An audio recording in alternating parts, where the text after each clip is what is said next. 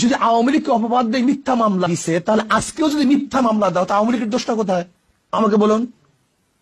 আওয়ামী লীগ কি করেছে? চাঁদাবাজি করছে। আজকেও যদি চাঁদাবাজি করি, তা আওয়ামী লীগের দোষটা কোথায়?